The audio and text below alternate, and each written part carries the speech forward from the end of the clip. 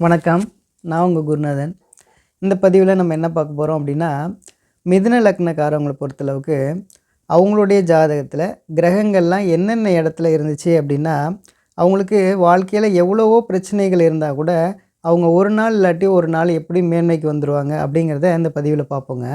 மிதுன லக்னக்காரவங்களுக்கு லக்னாதிபதி யார் அப்படின்னா புதன். இந்த புதன் அவங்களுடைய லக்னத்துக்கு 1, 4, 5, 9, 11 இந்த மாதிரியான இடங்களில் இருந்துச்சு அப்படின்னா அந்த ஜாதகர் கண்டிப்பாக வெற்றி அடைவார். அவருக்குன்னு ஒரு எதிர்காலம் கண்டிப்பாக உண்டு. ஒருவேளை இந்த லக்னாதிபதி நீச்சம் பெற்ற நிலையில் இருக்கார், அப்படி இல்லைன்னா 3, 6, 8, 12 இந்த மாதிரியான மறைவு ஸ்தானத்தில் இருக்கார் அப்படின்னா அது எப்படி பலன்கள் கொடுக்கும் அப்படிங்கிறத பார்ப்போம். இப்போது லக்னாதிபதி 3ஆம் இடத்துல இருக்கார்.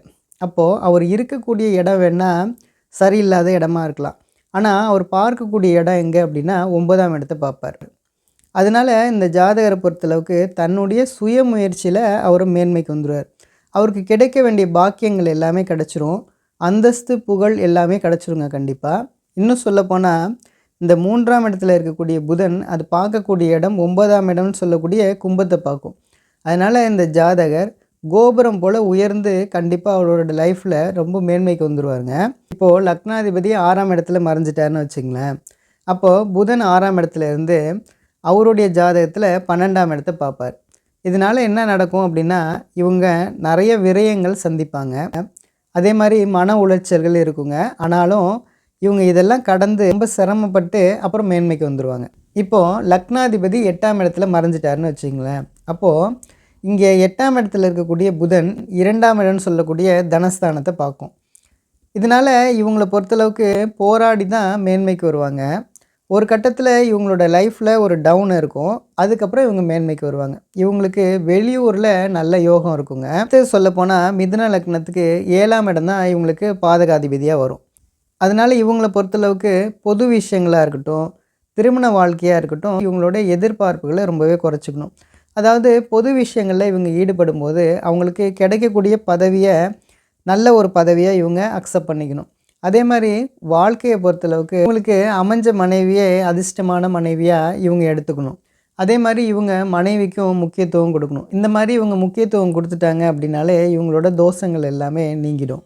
இப்போ மிதுன லக்னத்துக்கு 4ஆம் இடம் பாதிக்கப்பட்டிருக்கு அப்படின்னா இவங்களுக்கு ஒரு சிம்பிளாக ஒரு வீடு அமைஞ்சாலே ஒரு பெரிய மாளிகையில் இருக்க மாதிரி இவங்க திருப்தி அடைஞ்சிட்டாங்க அப்படின்னாலே பிரச்சனை இல்லைங்க.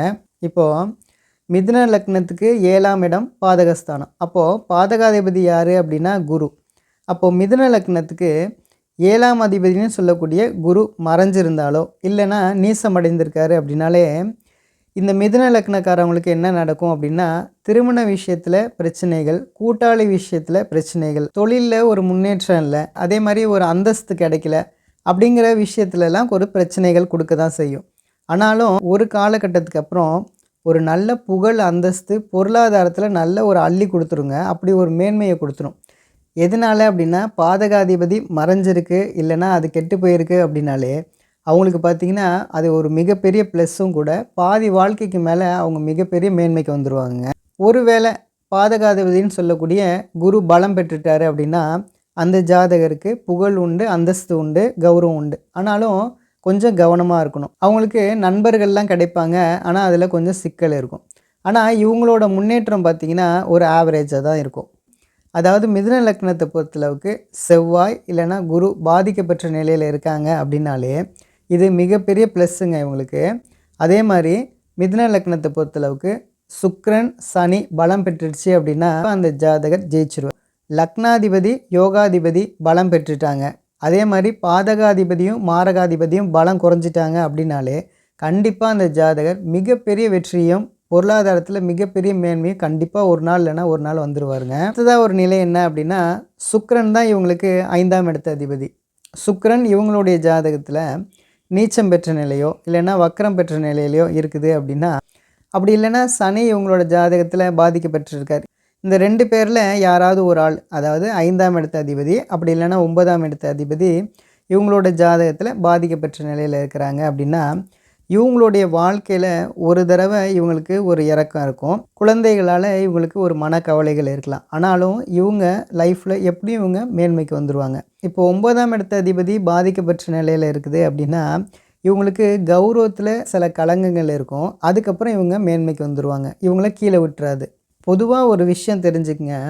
அதாவது 8ஆம் இடத்துல ஒரு கிரகம் இருந்து 2ஆம் இடத்த பார்க்குது அப்படின்னாலே, இவங்க பொருளாதாரத்தில எப்படியும் மிகப்பெரிய மேன்மைய கண்டிப்பா அடைஞ்சிருவாங்க. அதேபோல இவங்க லக்னத்த பொறுத்தளவுக்கு 6ஆம் இடத்துல ஒரு 2, 3 கிரகங்கள் சேர்ந்து இருக்குது அப்படின்னாலே, இவங்களுக்கு 2, 3 வருமானங்கள் கண்டிப்பா வருங்க. அடுத்த ஒரு நிலை என்ன அப்படின்னா, 7ஆம் இடம், 5ஆம் இடம், 9ஆம் இடம், 11ஆம் இடம். இவங்க எல்லாமே கனெக்ட் ஆனாங்க அப்படின்னா, நல்ல ஒரு தலைமை பொறுப்பு, அரசாங்கமா இருக்கட்டும், அரசியலா இருக்கட்டும், மிகப்பெரிய பதவியில கண்டிப்பா இருப்பாங்கங்க.